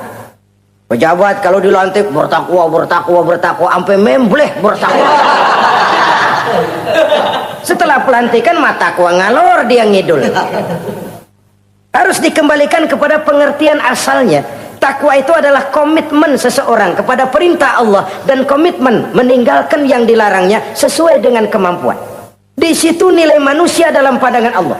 Yang tadi Nabi katakan, Allah nggak lihat potongan kita, Allah nggak lihat harta kita. Yang Allah lihat adalah hati dan amal perbuatan, dan itulah takwa itu. Maha benar Allah dengan firman-Nya yang menyatakan, inna akramakum indallahi atqakum. Yang paling mulia di antara kamu dalam pandangan Allah adalah orang yang paling bertakwa kepadanya. Sering sekali sekarang ini kalimat agama digunakan untuk maksud yang tidak sama dengan maksud agama. Ya contoh kalimat takwa ini. Atau misalnya kita baca iklan, telah berpulang ke rahmatullah dengan tenang. Kalau dengan tenangnya sih boleh dah, mana ada orang mati kelojotan. Tenang. Tapi ke rahmatullah. Rahmatullah itu kan artinya kasih sayang Allah. Kasih sayang Allah itu kan surga. Kalau bajingan mati, enggak ke rahmatullah pulangnya. Kalau mau jujur mestinya telah pulang ke neraka. Kalau mau jujur, kalau mau pakai bahasa netral sopan, telah berpulang. Begitu sajalah. Pulang kemana? Ya sesuai dengan amalan dia. Tapi kita kadang salah kaprah menggunakan kalimat rahmatullah untuk yang tidak baik. Termasuk di dalamnya penggunaan kalimat takwa ini. Padahal disinilah nilai manusia dalam pandangan Allah. Kalau manusia dinilai dari potongannya, oh bintang film nomor 1 masuk surga. Kalau manusia dinilai dari hartanya, konglomerat nomor 1, kita mau belakangan, buncit banget gitu. Allah maha benar. Yang paling mulia di antara kamu dalam pandangan Allah, yang paling bertakwa kepadanya. Nah, apa sih sifat-sifat orang takwa itu? Ini yang akan kita bicarakan pada pertemuan kali ini. Berangkat dari surah Al-Baqarah ayat 3 sampai dengan ayat 5, kita akan melihat 5 tanda orang-orang takwa itu. Apa dia? Pertama, allazina yu'minuna bil ghaib. Orang yang bertakwa adalah orang yang beriman kepada hal-hal yang gaib. Kita tahu bahwa yang ada ini kan cuma 2 saja pada hakikatnya. Pertama Allah, dan yang kedua alam. Allah adalah apa yang selain alam. Yang selain alam itu ya Allah namanya. Allah itu bukan alam, dan alam bukannya Allah. Allah disebut Khalik, alam disebut makhluk. Kemudian alam ini kan ada 2 macam. Ada alam nyata, ada alam gaib. Ada alam syahadah, ada alam gaib. Alam nyata kita sebut dengan alam fisika, dan alam gaib kita namakan dengan alam metafisika. Termasuk dalam alam gaib ini kita wajib beriman. Akhirat, alam gaib, kita percaya akhirat itu ada. Alam kubur, alam gaib, kita yakini keberadaannya. Malaikat, alam gaib. Jin, alam gaib. Setan, genderuwo, memedi, kuntilanak, tuyul. Kita percaya kepada iblis, percaya bahwa iblis itu ada. Kita percaya kepada malaikat, percaya bahwa malaikat itu ada. Dan kepercayaan ini sudah nature. Kalau kita lihat dalam dunia animisme, orang dahulu menyembah pohon sebenarnya kan karena dia percaya bahwa pohon punya kekuatan. Kekuatan itu yang disembah untuk mengharap manfaatnya atau terhindar dari bahaya yang bisa ditimbulkannya. Orang menyembah api karena percaya di balik api itu ada kekuatan. Orang menyembah lautan begitu, orang menyembah gunung begitu. Nah, Islam mengarahkan ini kepada hal-hal yang lebih konkret.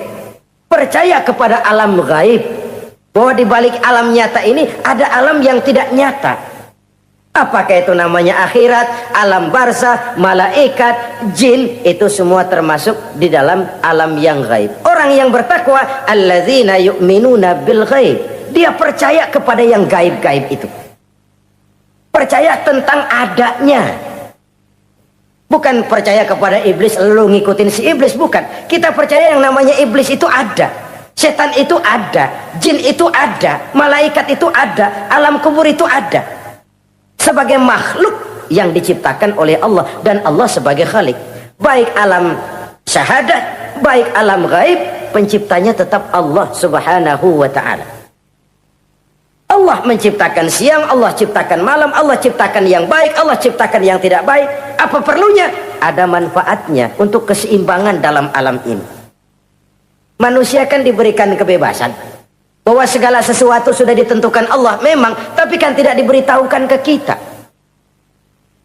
Alam naj'al lahu 'ainaini wa lisana wa syafatain.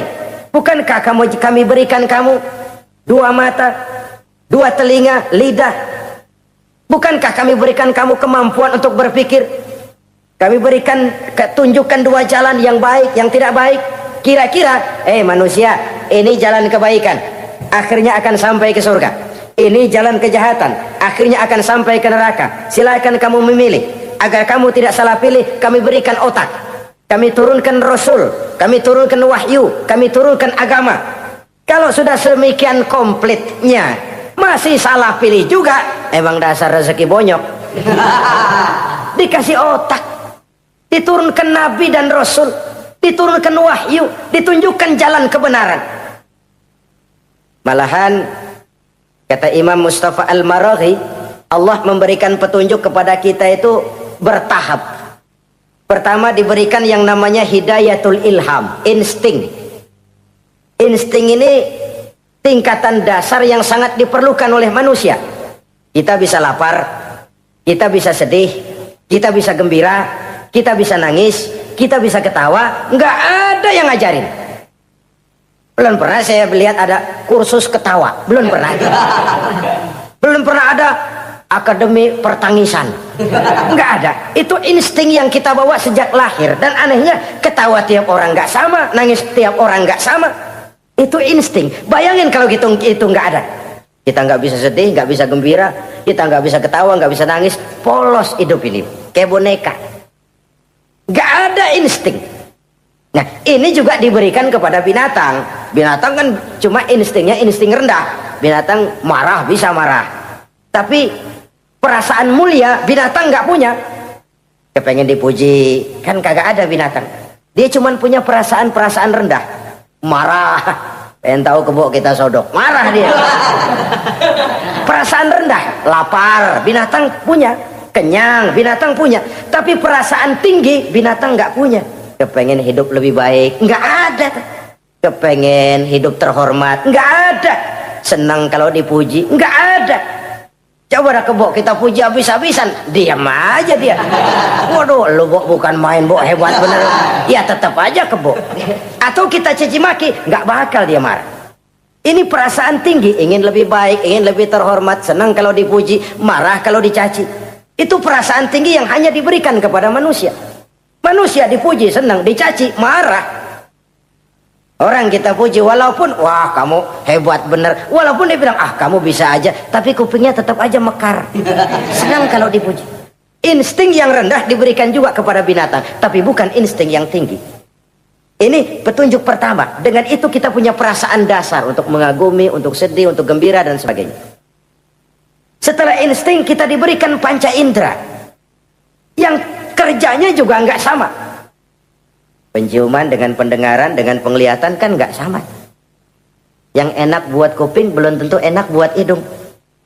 Orang buang angin kalau ditinjau dari segi bunyi enak buat kuping, tapi hidung kan kelabakan. Kerjanya nggak sama. Panca indera ini penting sebagai kesiapan untuk melayani insting. Persiapan melayani insting. Cukupkah? Tidak. Binatang juga diberikan panca indera. Bahkan kadang-kadang panca indera binatang lebih tajam daripada panca indera manusia. Nah, lalu diberikan yang ketiga, ini yang membedakan manusia dari binatang. Apa? Hidayah berupa akal, pikiran. Dengan ini, coba kita lihat. Manusia bikin rumah, burung bikin rumah. Tapi bandingkan, rumah burung dari tahun atu, ya gitu-gitu aja. Tapi rumah manusia, Masya Allah, modelnya macam-macam. Ada yang kita dari jauh nggak ngerti nih, celengan apa rumah orang ini, bundar begini. Binatang bikin rumah, manusia bikin rumah. Binatang bikin rumah dengan insting, manusia bikin rumah dengan otak. Hasilnya berbeda. Manusia tidak punya sayap, tapi dengan otaknya dia bisa terbang lebih tinggi dari burung. Manusia tidak bernapas dengan insang, tapi dengan otaknya dia bisa nyelam lebih dalam daripada ikan. Ini kelebihan manusia dari binatang, diberikan otak. Belum cukup rupanya otak, karena otak ini penemuannya relatif. Apa yang dianggap hari ini benar, besok udah nggak benar. Apa yang hari ini otaknya bilang baik, besok dia bilang jelek. Apa yang hari ini otaknya bilang katakan jelek, besok dia bilang baik. Yang relatif tidak bisa dijadikan pegangan. Maka Allah lalu memberikan yang keempat, Hidayatuddin namanya, petunjuk berupa agama. Diberikan insting, diberikan panca indera, diberikan otak, lalu diberikan agama. Turun para rasul yang 25 itu yang merupakan mata rantai yang berkaitan, tidak terpisah. Misi samawi, semuanya sama bersumber dari Allah yang satu itu. Setelah agama datang, masih ada yang lebih penting. Apa? Hidayah yang disebut taufik. Persesuaian kehendak antara kita dengan Allah. Kalau taufik tidak datang, kalau taufik tidak dapat, Kan'an saja anak Nabi Nuh kufur. Anak Nabi tidak dapat taufik namanya itu. Agama turun, bapaknya Nabi. Bapaknya Nabi. Azar, ayahnya Nabi Allah Ibrahim, tidak mendapat taufik. Lalu Abu Jahal, Abu Lahab, pamannya Nabi, tidak mendapat taufik. Lalu istrinya Nabi Lut tidak mendapat taufik. Bayangkan ini, anak Nabi, paman Nabi, bapak Nabi, istri Nabi. Taufik inilah yang hak prerogatif Allah. Insting semua dikasih, panca indera semua dikasih, otak semua dikasih, agama kepada semua diturunkan. Tapi taufik ini hak prerogatif Allah. Lah kita ini bersyukur, ponakan Nabi aja bukan dapat taufik. Tidak sekedar mendengar Islam, mendengar agama, tapi mengikuti agama itu sendiri. Inilah institusi-institusi yang diberikan Allah kepada kita. Jadi kalau sudah begini lengkap, manusia, nih aku kasih, tempuh jalan ini, masih salah juga, dasar sableng. Pantas kalau Allah mengadili. Pantas kalau Allah memberikan sanksi. Kenapa? Rasul udah turun, otak dikasih, panca indera dikasih, peringatan dikasih, masih salah juga. Pantas dong kalau diadili. Kecuali kalau Allah nggak nurunin apa-apa. Hidup dah selagu-lagu lu sono. Mau guling, mau gupak, terserah deh. Kalau begitu, lalu ada pengadilan, nggak adil. Ini institusinya lengkap kok. Pantas kalau Allah mengadakan pengadilan di akhirat. Pantas kalau Allah meminta kita pertanggungan jawab. Komplit begini rupa. Nah, termasuk di dalamnya kita percaya kepada yang gaib ini. Bahwa ada yang tidak nyata di balik yang nyata ini. Ada yang kita percaya kebaikannya. Ada yang kita percaya sekedar percaya saja. Kayak setan, iblis, kita percaya adanya. Tapi kan nggak wajib ngikutin. Termasuk mempelajari ilmu-ilmunya setan, ilmu-ilmunya iblis. Tenung, santet, nujum-nujuman, ramal-ramalan, itu kan ilmu-ilmunya setan, ilmu-ilmunya iblis. Belajar saja pun jangan, belajar saja pun nggak boleh, apalagi sampai mengamalkannya. Karena tatkala kita belajar apalagi mengamalkan, kita sudah bersekutu dengan setan dan iblis. Nauzubillah summa nauzubillah. Ini yang pertama. Jadi orang yang bertakwa itu sifatnya yang pertama, dia percaya kepada yang gaib. Di balik yang nyata ada yang tidak nyata.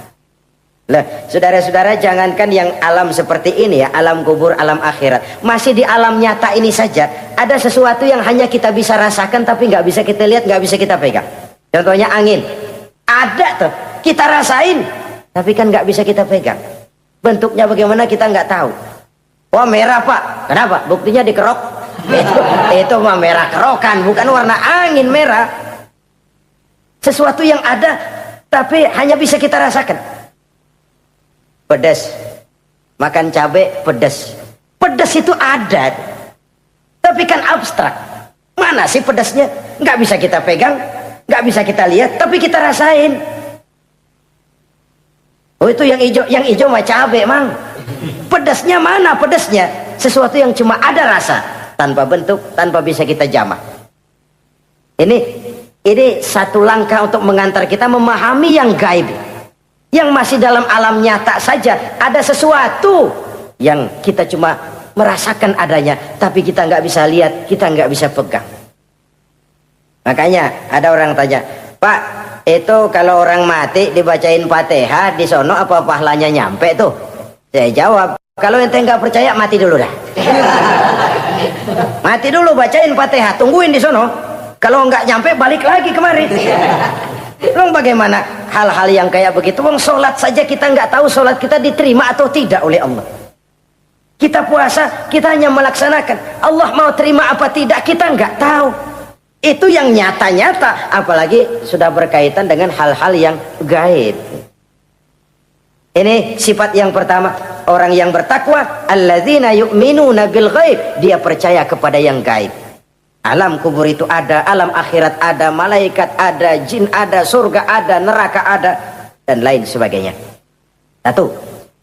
Yang kedua, orang yang bertakwa itu wa yuqimunas shalah. Setelah percaya kepada yang gaib, mereka juga mendirikan sholat. Nah, mari kita lihat ayatnya. Selalu yang berkaitan dengan sholat itu kalimatnya yuqimunas shalah. Mendirikan sholat. Bukan mengerjakan. Gak ada ayat i'malis sholah, if'alis sholah, kerjakan sholat, gak ada. Selalu aqimis sholah, dirikan sholat. Kenapa? Kata para ulama, kalimat mendirikan ini mengandung makna istimrar, mengandung arti kontinuitas, ada kelanjutan. Mendirikan sholat artinya mengerjakan sholat dengan betul, selesai sholat, ajaran sholat diterjemahkan dalam kehidupan. Itu artinya mendirikan sholat. Nah, kalau dilihat dari sisi ini, banyak di antara kita yang sudah mengerjakan sholat, tapi belum mendirikan sholat.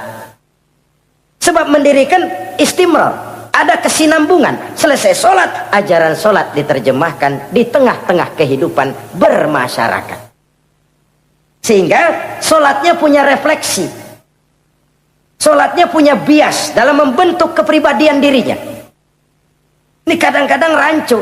Yang sembahyang dia, yang nyolong dia. Yang baca Quran dia, yang fitnah orang dia. Yang sedekah dia, yang nyolong dia juga.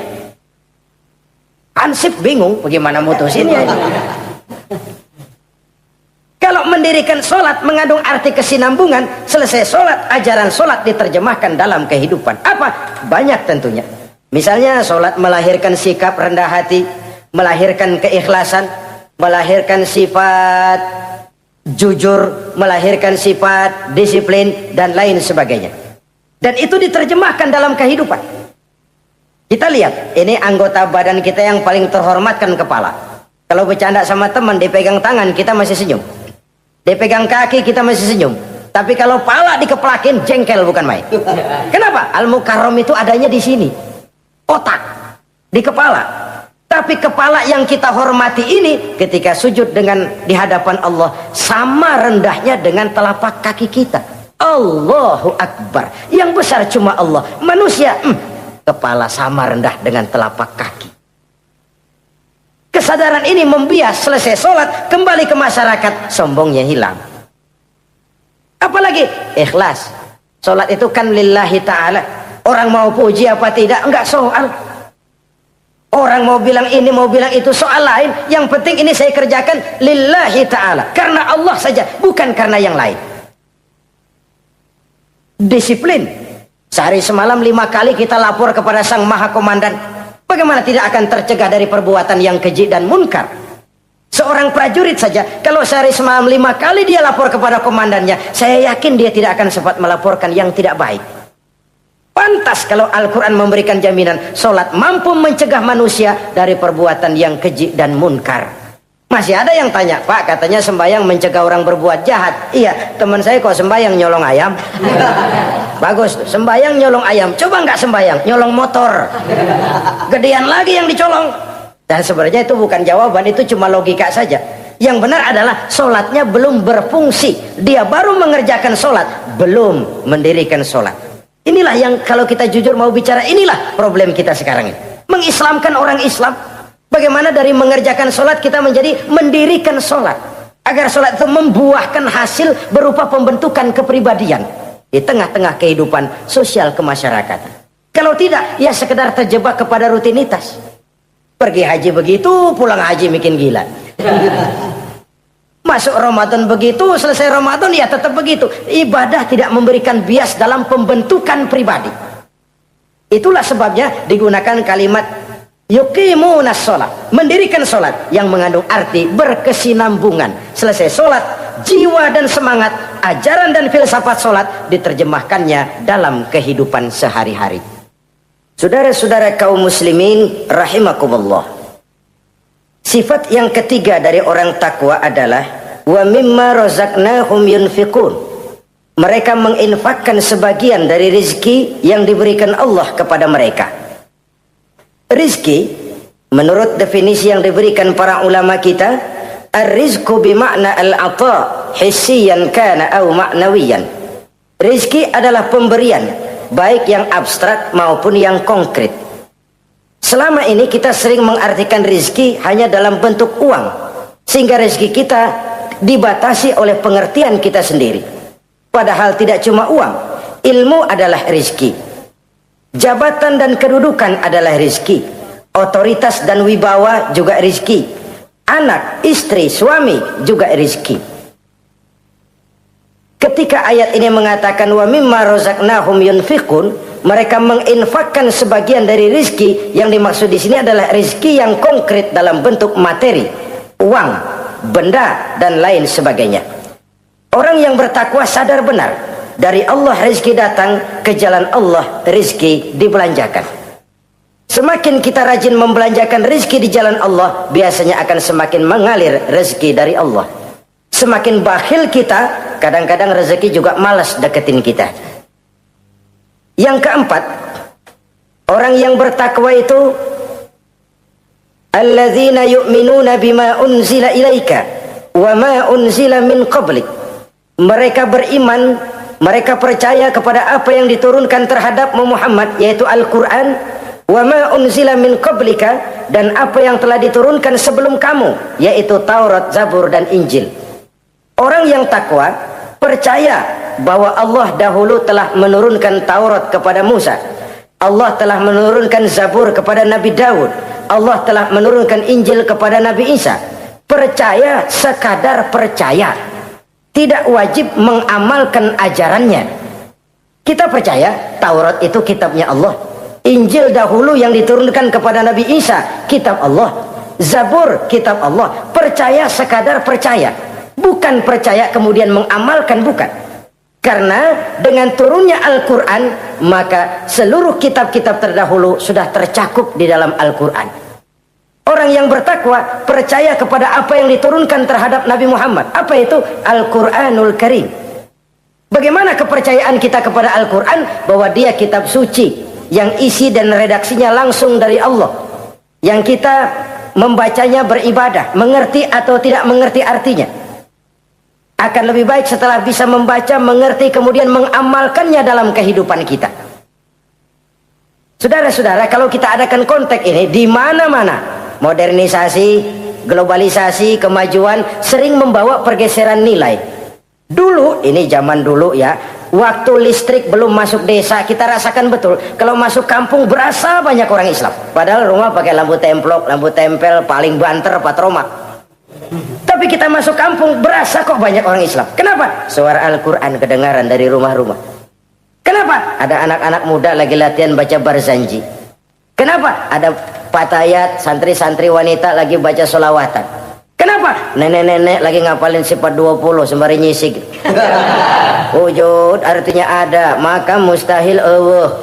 Zaman dulu terjadilah modernisasi, listrik masuk desa. Apa yang kita lihat? Rumah pada terang, terus televisi main gede-gedean, lalu radio kaset main kenceng-kencengan. Tergeserlah suara Al-Quran, apalagi solawatan, apalagi barzanjian. Apa tidak boleh? Ya boleh saja. Apa tidak bagus? Ya bagus saja. Tapi kalau harus menggeser, apalagi menggusur nilai-nilai positif, itu yang kita prihatin. Kan Nabi mengingatkan, la tattabi'anna sunnana man kana qablakum shibran bi shibrin wa zira'an bi zira'in. Kamu akan ikuti tingkah laku orang-orang sebelum kamu. Cuma ikut-ikutannya nggak berasa, sejengkal, lalu sehasta, lalu semeter, lalu 3 meter. Begitu enak kamu ikut-ikutan budaya orang lain, sampai yang kamu ikuti masuk lubang biawak, kamu akan masuk juga ke dalamnya. Inilah kehidupan kita, inilah kehidupan anak-anak kita. Jujur mereka lebih kenal Valentine Day daripada Muharram. Anak-anak kita, anak-anak muslim, kalau kita menghitung Muharram sampai Zulhijjah nggak hafal. Kalau Januari sampai Desember, anak-anak kita bangun tidur hafal. Muharram sampai Zulhijjah, jangan anaknya, bapaknya keder. Kita hanyut oleh budaya-budaya yang, ya bukan saya katakan bukan tidak baik, tapi kalau harus menggeser, apalagi menggusur yang ada kaitannya dengan nilai agama, ini kan ironi. Ikut-ikutan kita sejengkal, semeter, sampai yang diikutin masuk lubang biawak, udah kadang asik ikut, ya ikut juga nyemplung ke dalamnya. Orang sering katakan mula-mula dari nama dulu nih yang kagak begitu kelihatan pengaruhnya. Mula-mula malu pakai nama yang berbau Quran, malu pakai nama yang berbau Islam. Dari nama nanti dia pindah ke pakaian, dari pakaian dia pindah ke pergaulan. Kalau sudah pindah ke pergaulan, dikhawatirkan pindah agama pun nggak terasa. Wah, semua agama sama, semua agama bagus. Lalu bagaimana? Bagaimana musimnya aja. Ironi, menyedihkan, memilukan, bahkan memalukan. Yang tidak boleh kan fanatik kepada guru, yang tidak boleh kan fanatik kepada suku. Kalau kepada agama fanatik itu wajib, dalam arti bukan sempit, berpegang teguh kepada agama. Satu sikap yang wajar, bahwa penganut suatu agama menganggap cuma agamanya yang benar. Itu sikap setiap penganut agama. Orang Kristen begitu, orang Hindu begitu, orang Buddha begitu. Kenapa kalau orang Islam begitu lalu dianggap ekstrim? Sebagai Muslim saya yakin cuma Islam yang benar. Kristen juga akan bilang begitu. Kristen yang benar, Buddha juga akan bilang begitu. Ini fanatisme dan wajar penganut suatu agama menganggap cuma agamanya yang benar. Yang lain juga bersikap begitu. Tapi kalau Islam saja yang bilang ekstrim katanya. Dunia internasional sendiri kadang-kadang kalau sudah ekstremis, teroris, kok cepat sekali alamatnya ke Islam. Saudara-saudara kaum muslimin rahimakumullah, saya kembali kepada soal kita. Begitu enak kamu ikut-ikutan, yang kamu ikuti masuk ke lubang biawak, kamu akan ikut juga masuk ke dalamnya. Maka hati-hati bergaul, maka hati-hati memilih teman, maka baik teman pergaulan, lebih-lebih teman hidup. Karena orang sering bilang cinta itu love is blind katanya ya. Cinta itu kotok, cinta itu buta, cinta itu lamur. Nggak bisa bedain coklat, nggak bisa bedain yang lain-lain. Orang sering kehilangan pertimbangan. Demi cinta akidah terjual, demi cinta akidah tergadai. Tidak ada kemalangan yang paling malang kecuali kalau kita harus berpisah dengan akidah. Sebab itu modal dasar. Nah, orang yang bertakwa, dia beriman kepada Al-Quran. Beriman kepada Quran artinya apa? Menjadikan Quran sebagai imam dan dia sebagai makmum. Konsekuensinya, makmum harus ikut imam. Selain Quran dia percaya kepada Injil, kepada Zabur, kepada Taurat. Dilihat dari sudut ini, umat Islam itu lebih toleran loh. Orang lain yang megang Injil nggak bakal percaya kepada Quran. Orang lain yang memegang Taurat nggak akan percaya kepada Quran. Tapi orang yang megang Quran, dia percaya kepada Injil, dia percaya kepada Taurat. Dari sudut ini kan kita lebih toleran. Allah dahulu menurunkan Injil kepada Isa. Yang Injil itu yang kita percaya. Yang Allah turunkan kepada Isa. Yang Allah turunkan Taurat kepada Musa. Bukan yang telah terkena intervensi dan investasi manusiawi. Dan percaya pun terbatas percaya kepada adanya, bukan kepada mengamalkannya. Kenapa? Karena ordenya udah lewat. Kita percaya Bung Karno adalah presiden pertama Republik Indonesia. Tapi kan udah lewat.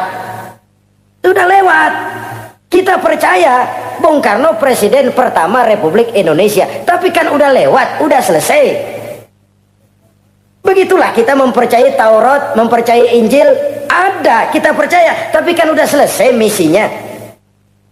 Yang berlangsung sampai akhirat nanti adalah Al-Quranul Karim. Orang yang bertakwa meyakini itu. Ini yang keempat. Yang kelima, wabil akhirati hum yuqinun. Mereka yakin, orang bertakwa ini, kepada adanya akhirat. Kalau itu kan gampang, semua orang juga yakin. Loh, bukan sekedar yakin, sekedar percaya. Yalah, percaya kepada Allah, percaya kepada akhirat, pokoknya percaya. Bagaimana? Ya begitu, pokoknya percaya. Bukan itu. Kepercayaan yang memberikan refleksi. Iya ya, akhirat ada. Ada hidup sesudah mati, ada akhirat sesudah dunia. Saya memang benar kepengen cepet kaya, tapi kalau nipu orang nanti di akhirat bagaimana? Ini loh. Saya memang benar kepengen cepat naik pangkat, tapi kalau mesti jilat atas injak bawah, sikut kiri kanan, teman jadi lawan, lawan jadi teman, di akhirat saya bagaimana? Ini loh percaya akhirat itu. Saya memang benar kepengen cepat kaya, tapi kalau makan renten nanti di akhirat bagaimana? Kepercayaan yang mewarnai gerak kehidupan. Kalau percaya sekedar percaya, yang buta campur budak juga percaya akhirat ada. Tapi kan kepercayaan yang memberikan refleksi, mewarnai gerak hidup kita. Loh, enggak gitu. Orang yang percaya akhirat itu gayanya enggak gitu. Orang yang percaya akhirat itu sikapnya enggak gitu. Orang yang percaya akhirat jalannya enggak gitu. Orang yang percaya akhirat ngomongnya enggak asal ngomong. Kepercayaan yang memberikan refleksi terhadap gerak hidup. Nah, ini refleksi dari sifat-sifat takwa. Saudara-saudara, kalau itulah sifat-sifat orang takwa, lalu terhadap mereka yang takwa ini, karunia apa yang diberikan Allah? Apa keutamaan mereka? Mari kita kutip beberapa ayat. Pertama, ini janji Allah ya. Wa may yattaqillaha yaj'al lahu makhraja. Siapa yang bertakwa kepada Allah, maka ia akan diberikan jalan keluar dari segala macam kesulitan. Masya Allah. Orang takwa itu kan orang yang dekat dengan Allah. Kalau sudah dekat dengan Allah, everything is running well. Apa yang nggak selesai? Impossible, kata otak. Tidak mungkin, kata rasio. Mana bisa menurut kebiasaan. Tapi orang yang takwa selalu saja ada jalan keluar, selalu diberikan Allah jalan keluar. Ini yang faktor yang irasional, faktor yang non komputer, faktor yang samawi. Allah yang mau, ada saja jalan keluar. Coba. Waktu terjadi peristiwa hijrah, Masya Allah, Rasulullah itu sudah dikepung rapat rumahnya, pagar betis. Jangan manusia, tikus saja nggak bisa lewat. Rapat di pagar betis. Kesepakatan sudah jelas, membunuh Muhammad bersama-sama. Apa yang terjadi? Ketika Nabi keluar, buka pintu, وَجَعَلْنَا مِنْ بَيْنِ أَيْدِيهِمْ شَدَّ وَمِنْ خَلْفِهِمْ شَدَّ فَأَغْشَيْنَاهُمْ فَهُمْ لَا يُبْصِرُونَ. Di depan, belakang, di kiri, kanan mereka kami jadikan dinding, kami butakan mereka. Mereka enggak lihat Muhammad keluar dari rumahnya. Allah berikan jalan keluar. Padahal Quraisy siaga satu, pita merah, apel siap, mata menteleng, Nabi lewat enggak kelihatan. Persis ikan bandeng. Ikan bandeng kan melotot, colok diam aja, enggak lihat apa-apa. Yaj'al lahu makhraja. Allah berikan jalan keluar dari berbagai macam kesulitan. Sesuatu yang menurut kita, aduh udah dah, nyerah dah, nggak bisa dah. Tapi orang yang takwa kepada Allah, Allah janji, Allah lah yang janji ini. Yaj'al lahu makhraja. Allah akan berikan jalan keluar dari segala macam kesulitan. Kenapa? Dia dekat dengan Allah. Orang yang kayak begitu yang kita takut itu. Doanya ngebul kata anak-anak. Permohonannya didengar, ratapannya dipenuhi.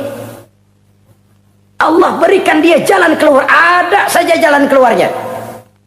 Ini keistimewaan pertama dari orang yang takwa itu. Lah kalau Allah yang ngasih jalan keluar, siapa yang bisa mencegah jalan orang kayak begitu? Di pagar betis lolos, di Gua Sur Quraisy sampai ke Gua Sur mencari Nabi. Kalau mereka nengok aja kelihatan. Apa yang terjadi? Dilalah, dadakan. Burung bertelur di bibir goa, laba-laba bikin sarang di bibir goa. Quraisy mikir kalau Muhammad masuk kemari telur berantakan, rumah laba-laba hancur nih, nggak mungkin dia ke sini, cari ke tempat lain. Rumah laba-laba yang rapuh menggagalkan usaha Quraisy yang gagah perkasa. Yaj'allahu makhraja, Allah berikan jalan keluar. Ini yang pertama. Yang kedua, wa yarzuqhu min haitsu la yahtasib. Allah berikan rezeki dia, orang yang takwa ini, dari jalan yang tidak disangka-sangka. Rezekinya mengalir. Kenapa? Dia dekat dengan Allah. Allah maha kaya. Kadang-kadang ini orang kerjaannya sujud doang sama ngangkat tangan, rezekinya ada aja. Allah yang kaya, Allah yang maha tahu. Orang yang takwa walaupun gajinya kagak ada, penghasilannya gede. Allah yang memberi. Jangan lupa itu, ada gaji ada penghasilan. Kalau gaji kan ada ukurannya. Kadang-kadang ada orang gajinya kecil, penghasilannya gede. Umpamanya jadi lurah musim gusuran. Itu penghasilan. Kalau gaji bisa diukur, tapi penghasilan gede lah. Kalau semeter komisinya sekian kan gede tuh penghasilan. Ada juga yang memang gaji gede, penghasilan gede. Ini pejabat-pejabat yang banyak sikutan.